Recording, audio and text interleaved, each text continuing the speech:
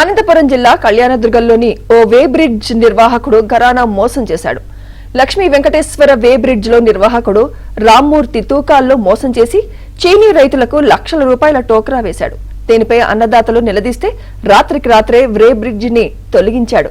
రామ్మూర్తి చీనీ కాయల కొనుగోళ్ల వ్యాపారంతో పాటు వే బ్రిడ్జ్ ని నిర్వహిస్తున్నాడు. అయితే అతని వే బ్రిడ్జ్ లో జరుగుతున్న తూకాలపై రైతులకు అనుమానం వచ్చింది. దీంతో తమ పంటల్ని మరోచోట తూకం వేయించడంతో భారీ తేడా వచ్చింది. రామ్మూర్తిని రైతులు పట్టుకుని పోలీసులకు అప్పగించారు.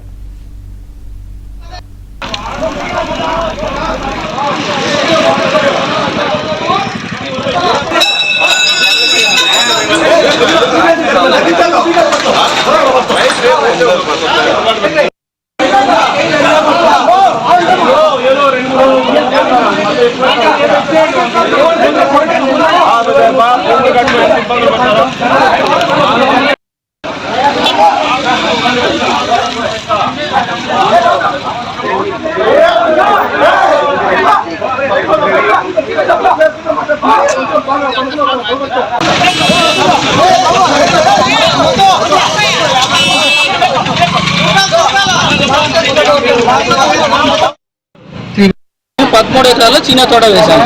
నిన్న కటింగ్ పెట్టి 2 పనులు నేను లారీ పోసుకొచ్చి కాటా వేస్తే ఒక కాటా వచ్చి 20 టన్నుల 80 కేజీలు వచ్చింది. అదే కాటా అనంతపూర్లో వేస్తే 22 టన్నులు వచ్చింది. 3 టన్నులు వచ్చి 65,000 అమ్ముకున్నాను. నాకు 2 టన్నులు నష్టపోవచ్చు. ఒక బండికే 3 బండ్లు అమ్ముకున్నాను. ఒక బండి కరెక్ట్ వేరే పోతే కరెక్ట్ వచ్చింది. వేరే బుజ్జలు పోతే దీంట్లో 2 బండ్లు వేసాను. 2 బండ్లు 4 టన్నులు రాసి వచ్చింది. నాకు 4 టన్నులకు 65,000 లెక్కేసుకున్నాను. అంత లాస్ వచ్చింది. వీడికి చాలా మోసం చేస్తాను. నొప్పునే కాదు, చాలా మంది రైతులు చాలా ఒక్క నెల నుంచి బండ్లు తోలుతారు. రోజు 4 బండ్లు తోలుతాం కాటాకు. రైతుగా